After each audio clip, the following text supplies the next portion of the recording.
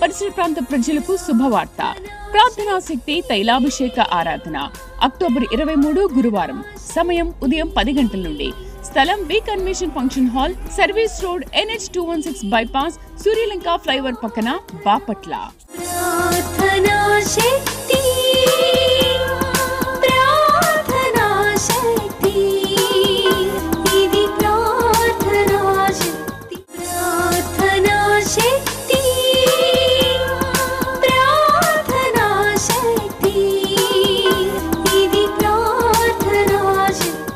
యేసయ్య నామములో మీకు వందనాలు తెలియపరుస్తూ ఉన్నాను ప్రియులరా. ఈ దినం కొరకు దేవుడు సిద్ధపరిచిన వాగ్దానాన్ని మనం స్వాధీనపరచుకుందాం. పరిశుద్ధ గ్రంథంలో నుండి ఇర్మియా గ్రంథం 31వ అధ్యాయము 4వ వచనం ద్వారా దేవుడు మీ కుటుంబాన్ని దర్శిస్తూ ఉన్నారు. ఇర్మియా గ్రంథం, జెర్మియా చాప్టర్ 31 వర్స్ 4. ఇశ్రాయేలు కన్యక, నీవు కట్టబడినట్లు నేను ఇక మీదట నిన్ను కట్టింతును, నీవు మరలా తంబురలను వాయింతు, సంభ్రమపడు వారి నాట్యములలో కలిసెదవు. ఎంత అద్భుతమైన వాగ్దానం. బైబిల్ తెరవండి, నాతో కలిసి చదవండి. ఒకవేళ మీ దగ్గర బైబిల్ లేకపోతే నేను చెప్తున్నప్పుడు నాతో కలిసి మీరు కూడా చెప్పడానికి ప్రయత్నం చేయండి. ఇశ్రాయేలు కన్యక, నీవు కట్టబడినట్లు నేనిక మీదట నిన్ను కట్టింతును, నువ్వు మరలా తంబురలను వాయింతువు, సంభ్రమపడు వారి నాట్యములలో కలిసెదవు. దేవుడి దినాన్ని పరలోకం నుండి నీకు బలమైన మాటను అనుగ్రహిస్తూ ఉన్నాను. నీ దుఃఖ, ఆవేదన, శ్రమ, శోధనలో నలుగుతున్న నీతో దేవుడు మాట్లాడుతున్న మాట ఏంటంటే, నువ్వు ఎలాగ కట్టబడాలనుకున్నావో, ఎలా బ్రతకాలనుకున్నావో, ఎటువంటి లైఫ్ స్టైల్లో నువ్వు జీవించాలని అనుకున్నావో అటువంటిదే దేవుడు నీ జీవితంలో చేయబోతూ ఉంటాడు. నేను అనుకున్నది ఒకటి, జరిగింది ఒకటి, నా జీవితంలో ఏ సంతోషము లేదు, నెమ్మది లేదు అని అనుకుంటున్నావు కదా. ఎందుకు నా జీవితంలో అన్నీ ఇలాగే మోసమే జరిగింది, మోసపోయాను అని ఎంతో ఆవేదనతో మోసపోయాను కృంగిపోతున్న నీతో దేవుడు మాట్లాడుతూ ఉన్నాడు. లేదు, అద్భుతంగా దేవుడు నిన్ను స్పెషల్గా కట్టబోతూ ఉన్నాడు. మరలా నీవు సంబరపడు వారి స్వరముతో నాట్యము చేస్తావు, సంబరాలు చేసేవారితో అద్భుతమైన నాట్యము చేస్తావు. నాకెందుకు నాట్యం, నాకేంటి, దేని చూసుకుని నేను ఆనందించాలని అనుకుంటున్నావేమో. నా బ్రతుకు ఇలాగ అయిపోయిందని బాధపడుతున్నావా? దేవుడి దినాన్ని నీతో మాట్లాడుతూ ఉన్నాడు. ఎంత అద్భుతమైన మాట అంటే, చూడు, నీవు కట్టబడినట్లు నేను ఇక మీదట నిన్ను కట్టింతును.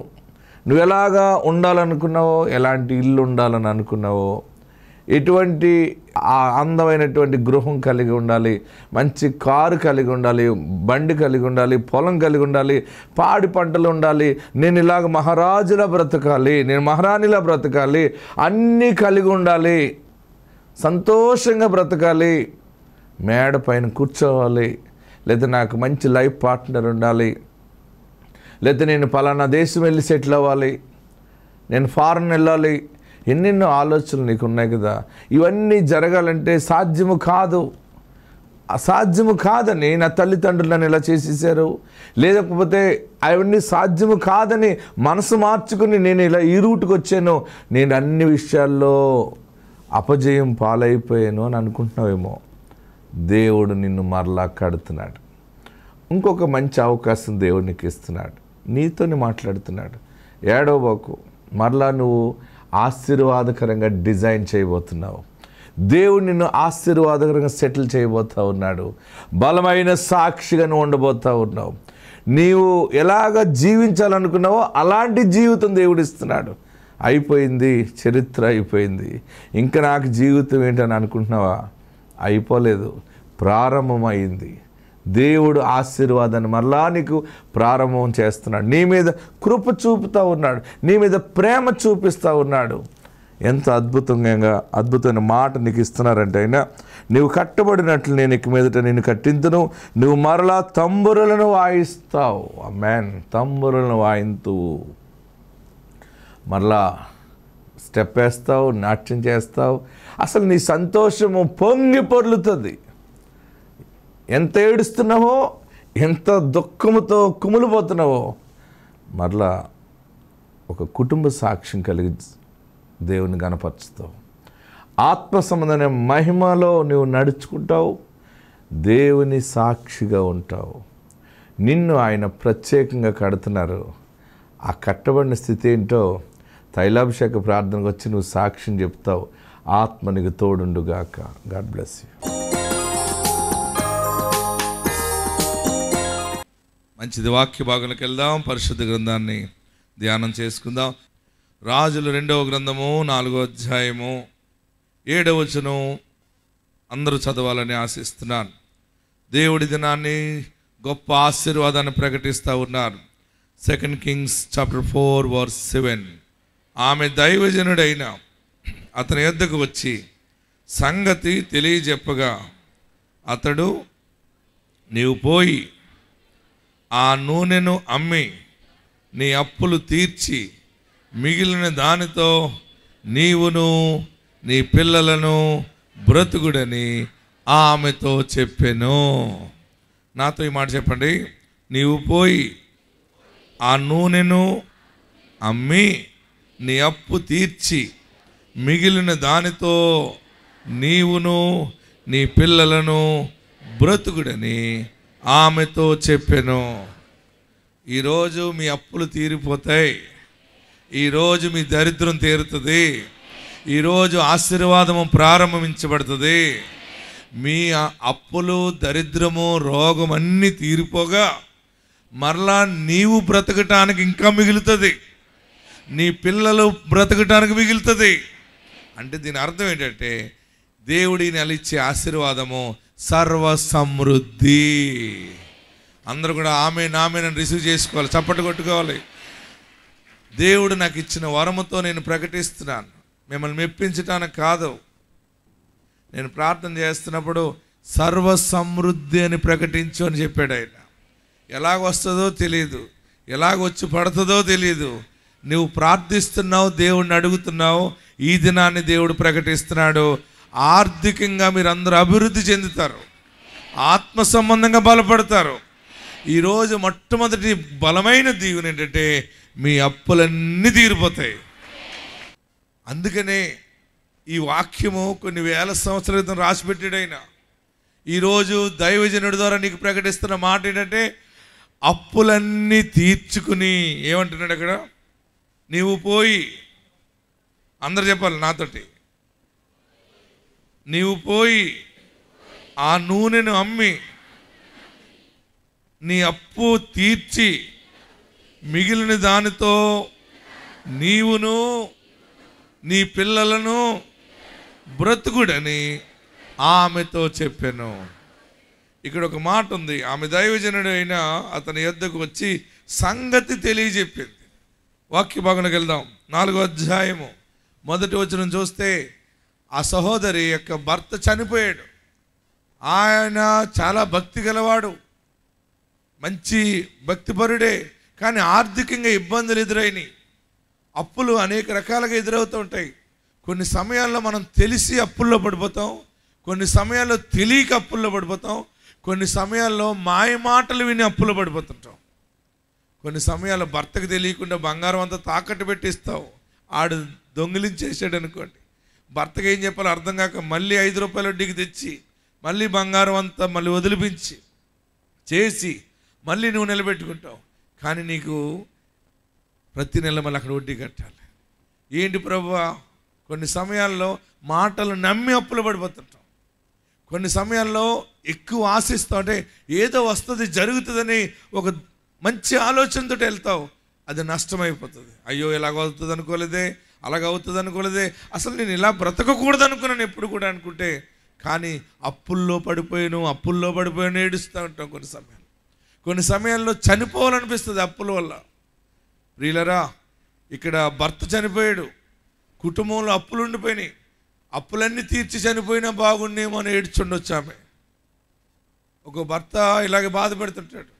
ఇక్కడ మనం రాజుల 2వ గ్రంథం 4వ అధ్యాయము 1వ వచనం చూస్తే, అంతటా ప్రవక్తల శిష్యులలో ఒకని భార్య నీ దాసుడైన నా పెనిమిటి చనిపోయేను, అతడు యెహోవా యందు భక్తి గలవాడై ఉండినని నీకు తెలిసి ఉన్నది. ఇప్పుడు అప్పుల వాడు నా 2 కుమారులు తనకు దాసులుగా ఉండుటకై వారిని పట్టుకుని పోవుటకు వచ్చి ఉన్నాడని ఎలీషాకు మొర్రపెట్టేగా. ఆమెన్. భర్త చనిపోయాడు. చనిపోయిన తర్వాత అందరూ పలకరిస్తారు, వెళ్ళిపోతారు. నెల 2-3 నెలల తర్వాత అప్పులో అందరూ స్లోగా జాయిన్ అవుతారు. జాయిన్ అయ్యి ఇంకా మరి తీర్చడానికి ఏమీ లేదు అంటే, ఈమెకి 2 కుమారులు ఉన్నారు. అప్పులో వాళ్ళు అంటున్నారు, నీ కుమారులను తీసుకెళ్ళిపోతాం. ఏమంటున్నారు? అప్పులో వాళ్ళు చాలా అప్పు ఇచ్చినప్పుడు దేవతలాగా ఉంటారు, అప్పు అడిగినప్పుడు మాత్రం వాళ్ళు రాక్షసుల్లాగా కనబడతారు అప్పిచ్చుకున్న వాళ్ళకి. హల్లెలూయా చెప్పరే. ఈమె అంటుంది, కుమారులను అప్పుల వాడు తీసుకెళ్ళిపోతానంటున్నాడు అని. ఎవరికి చెప్పింది? గట్టిగా చెప్పాలి. దైవజనుడికి చెప్తా ఉంది. ఎలీషా దైవజనుడికి. దైవజనుడా వచ్చి ఏడుస్తోంది. ఏమ్మా ఎందుకు ఏడుస్తున్నావు? అయ్యా మా ఆయన మీకు తెలుసు కదా, భక్తిగా ఉండేవాడు, అప్పులు చేసేసాడు, అప్పులు అయిపోయినాయి, ఇప్పుడు అప్పుల వాడు నా కుమారులను తీసుకెళ్ళిపోతానంటున్నాడయ్యా. అప్పుడు దైవజనుడు అంటాడు, చూడండి, ఎస్ 2వ వచనం చదవండి. ఎలీషా నా వలన నీకేమి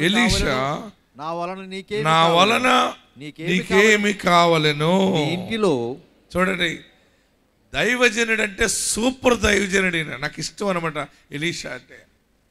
ఇప్పుడు కూడా ఆత్మ కలిగినప్పుడు నీకేం కావాలని అడుగుతాడు. ఆమేన్. ఆత్మ కలిగినప్పుడు దైవజనుడు దైవ శక్తితోనే మాట్లాడతాడు. ఏడవకు, నీకేం కావాలో వచ్చి పడిపోతుంది అంటాడు. అంతే. భర్తను కోల్పోయిన ఈమె బిడ్డలను అప్పులవాడు తీసుకెళ్ళిపోతానంటే ఎక్కడికి వెళ్ళాలో అర్థం కాలేదు. ఎక్కడ అప్పు పుట్టట్లేదు ఆమెకి. ఎందరినో అడిగి ఉండొచ్చు సహాయం చేయమని. కరువు కాలం అది, ఎవరు అప్పు ఇవ్వకపోవచ్చు.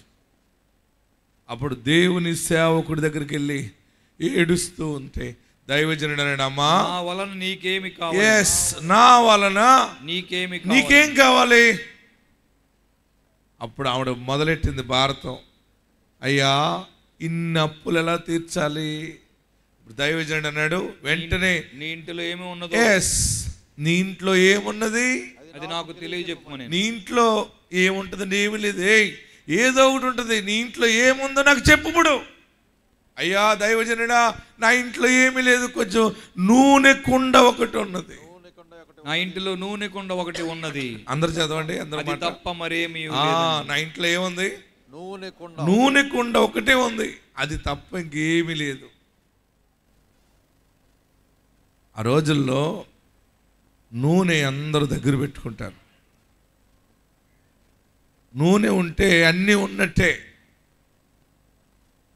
ఈ నూనెతో రొట్టె కాల్చుకుంటారు, వాళ్ళు చపాతీలు చేసుకుంటారు. ఆ నూనెతోటి కూరలు వండుకుంటారు.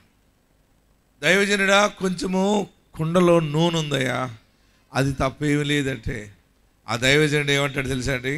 అవునా, ఓ పని చేయతే, ఏడవకు, నేను ప్రార్థన చేస్తాను, నీ అప్పులన్నీ పోతాయి.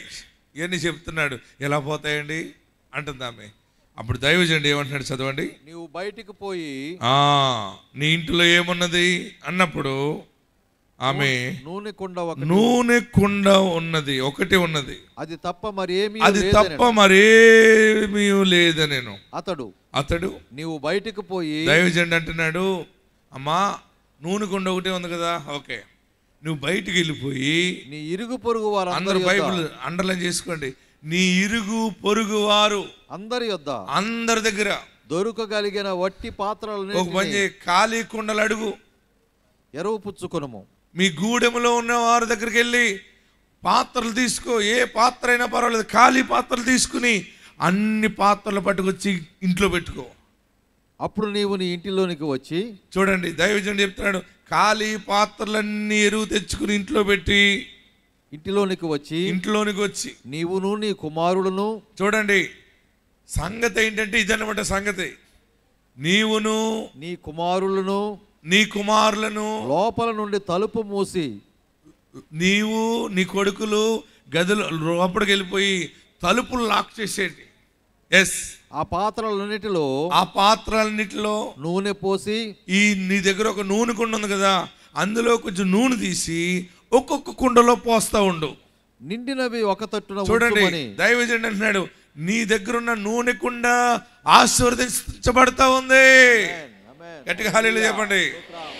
ఖాళీ పాత్రలు తెచ్చిపెట్టుకో, ఖాళీ కుండలన్నీ తెచ్చిపెట్టుకో. అయితే నీ కొడుకులిద్దరు లోపల ఉండాలి, నీవు లోపడుండి తలుపులేసేయండి.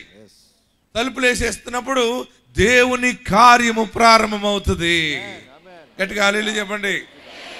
ఎరువు పాత్రలు లోపల పెట్టి, కుమారులు లోపడుండి, తల్లి లోపడుండి యెహోవా నామమున ప్రార్థిస్తూ ఉండగా దైవజనుడు నడిపించిన నడిపింపు ఏంటంటే, నీ కుండలో ఉన్న నూనె తీసి ఒక్కొక్క పాత్రలో వేయమంటే యేసున మరుక్షణమే పొంగిపోతా కుండలు పాత్రలు నిండిపోయినాయి. ఆమేన్ హల్లెలూయా చెప్పండి. మనము బీదలము దరిద్రులమే కానీ మన దేవుని వాక్యము సమృద్ధినిచ్చేది. అందుకనే ఎవరున్నా లేకపోయినా యేసు వాక్యం ఉంటే చాలు. గట్టిగా హల్లెలూయా చెప్పండి. ఇంకా గట్టిగా హల్లెలూయా చెప్పండి. అప్పుడు ఏం చేసిందంటే, ఈ తల్లి కొంచెం నూనె తీసి ఒక పాత్రలో వేస్తే అది ఫుల్ అయిపోయింది. అన్ని పాత్రలు ఫుల్ అయిపోయినాయి.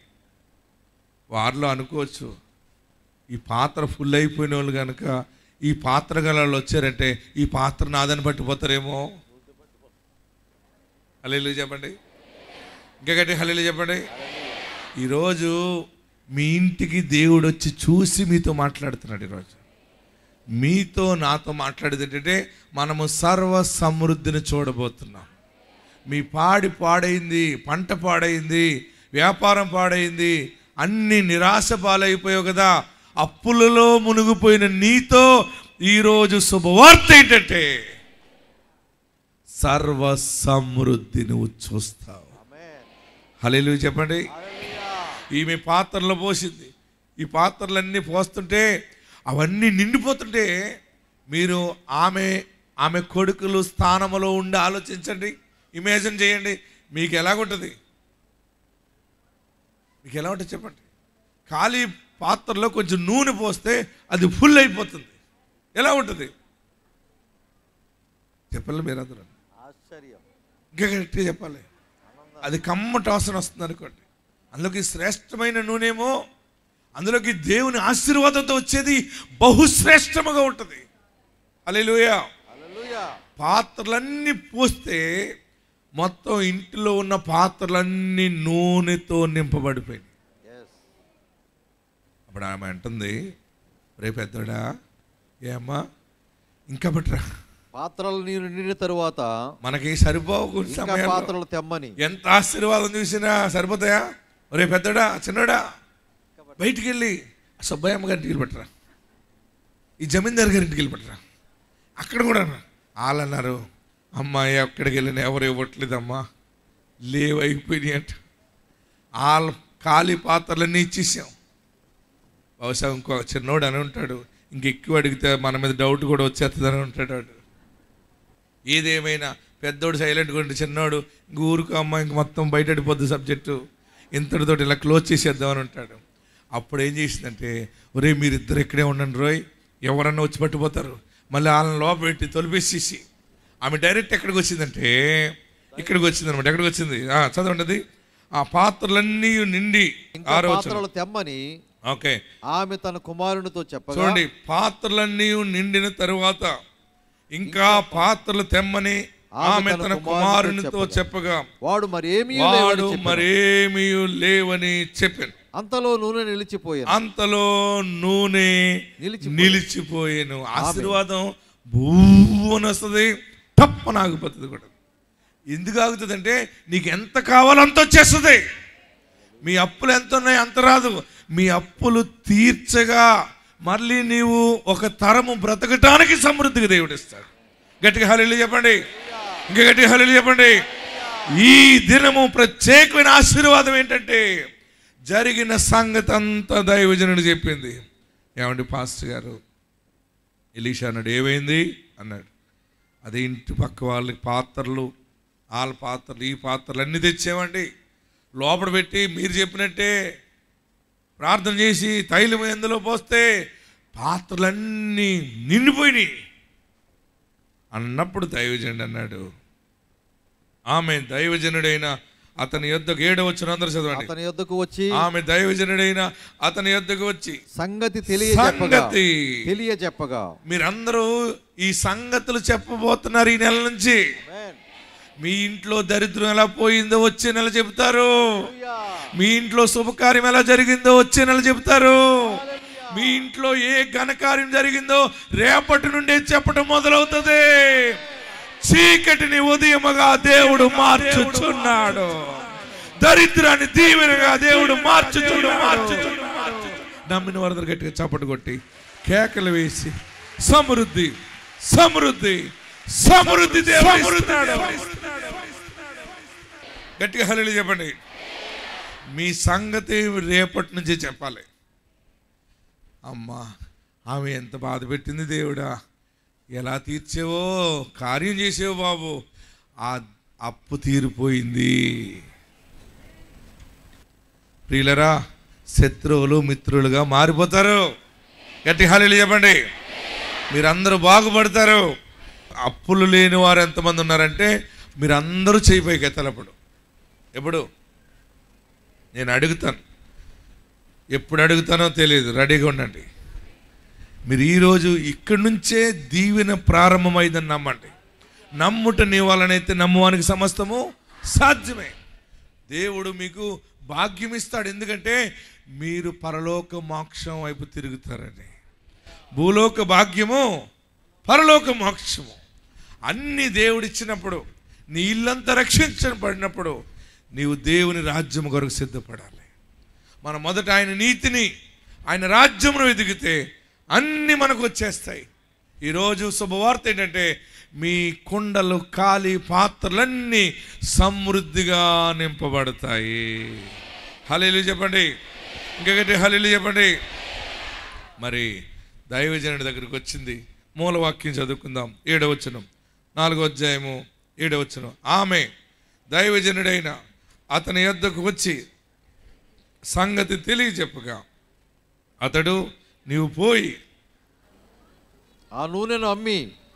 ఫస్ట్ ఏమన్నా నాకు కొంత నూనె అట్టుకొచ్చేయి అన్నాడు. ఏంటైనా ఏమంటే ఈ పాస్టర్ గారు ఆ ముందు ఒక్కొండ అట్టుకొచ్చేయి అన్నాడా? చెప్పరే మీరు అందరూ. ప్రవక్త అలాగ అండు. ఏమన్నాడు తెలుసా? ముందు అమ్మా జరిగిందా దైవజనుడా, అన్ని పాత్రలు ఫుల్ అయిపోయినాయి, మా చిన్నోడిని ఇంకా తేరా అంటే ఇంకెవరు ఇవ్వట్లేదమ్మా అన్నాడు. అలాగ పెట్టి వచ్చింది దైవజనుడా. ఏం చేయాలి ఇప్పుడు? అప్పుడు అన్నాడు, మొదట నూనె వ్యాపారం మొదలెట్టండి, శ్రేష్టమైన నూనె అమ్మబడునని బోర్డు ఎట్టండి. బోర్డు ఎట్టితే అందరూ ఇంటికి వచ్చి నూనె కొంటారు. నువ్వు ఒక ధర పెట్టుకో, అందరికీ ఎలా ధర ఉందో అలాగ అమ్మేసేయి.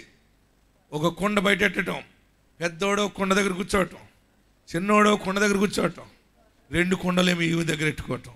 ఇవి సీనియర్ కదా, కొంచెం స్పీడ్గా అమ్ముతుంది. అందరూ ఊర్లో ఉన్న వాళ్ళందరూ వచ్చి ఈ నూనె చాలా టేస్ట్గా ఉంది. దైవజనుడి దగ్గరికి ఈ యొక్క తల్లి వెళ్ళింది. ఆయన ఏమన్నాడంటే, నూనె అమ్మి అప్పులు తీర్చుకో. ఈరోజు ఆశీర్వాదంలో ఫస్ట్ పాయింట్, మీ వ్యాపారము దీవెనగా మారుతుంది. హల్లెలూయా చెప్పండి. గట్టిగా హల్లెలూయా చెప్పండి. మీ వ్యాపారం ఎంత దీవెనగా మారుతుందంటే మీకున్న అప్పులన్నీ తీరిపోయేంతగా మారుతుంది. ఇంతవరకు పెట్టుబడులు సరిగ్గా రావట్లేదు అనుకుంటున్నావు కదా, మీ పాడి, మీ పంట, మీ వ్యాపారము ఆశీర్వాదంగా ఉంటుంది. అందరూ లేచి నిలబడదు, ఎక్కడున్నవారు అక్కడే. ఇంత సమృద్ధి అయిన ఆశీర్వాదాన్ని దేవుడు నీ ముందుకు వచ్చి తన సేవకుడి ద్వారా ప్రకటించి ఉన్నాడు. మరి ఎక్కడున్నవారు అక్కడ లేచి నిలబడండి. నేనేం చేసినా ఫలించట్లేదని ఏడుస్తున్నావు కదా, ఎంత వచ్చినా కనపడట్లేదు అంటున్నావు కదా, అన్ని అప్పుల కింద అయిపోతున్నాయి, ఏది నిలబడట్లేదు. ఇంతకుముందు వేరుగా ఉండేది, ఇప్పుడు అసలు రూపాయి చూడలేకపోతున్నాను ఏడుస్తున్నావా? ఖర్చులు ఎక్కువైపోయినాయి, ఎలా నిలబడతాం, ఎలా బ్రతుకుతాం అని ఆలోచిస్తున్నావా? ఏమి తిందుమో ఏమి త్రాగుదమో అని మీరు చింతించకండి. నీవే అప్పిస్తావు, నీవే అప్పిస్తావు. అనేక మందికి ఆస్తికర్తగా ఎదుట నిలబడతావు. అనేక మందికి దీవెనకరణ సాక్షిగా ఉంటావు. క్రీస్తు నందున్నవాడు నూతన సృష్టి. అందరూ తలపైన చేతులు పెట్టుకుని నా పాపాలు క్షమించు, నన్ను పరిశుద్ధపరచు, నన్ను పవిత్రపరచు, నాకు నువ్వు కావాలి, పరలోక రాజ్యము కావాలి, నీ రాజ్యములో పేరుండాలి, నీ జీవ గ్రంథంలో నా పేరు రాయి బాబు, ఇక నేను పాపము చేయనయ్యా అని మీరందరూ ప్రార్థన చేయండి. మీ కుండ సమృద్ధిగా నింపబడుతుంది, మీ ఇల్లు దీవెనలతో నింపబడుతుంది, మీ వ్యాపారం ఆశీర్వాదంగా మారుతుంది. నూనె అమ్ముకో, వ్యాపారం పెట్టుకో, అప్పులన్నీ తీర్చుకో, మిగిలిన దానితో మిగులు మిగులు మిగులు మిగులు మిగులు మిగులు ఆశీర్వాదం. ఏ పని చేసినా మిగులుతుంది, ఏ శుభకార్యం తలపెట్టినా మిగిలి చూస్తా, ఏ వ్యవసాయం చేసినా మిగిలేది, ఏ చెరువులు చేసినా మిగిలే కనపడుతుంది. నీ చేతి పని దీవించబడుతుంది. అందరూ ప్రార్థన చేయండి. యేసయ్యా నన్ను ఆశీర్వదించు.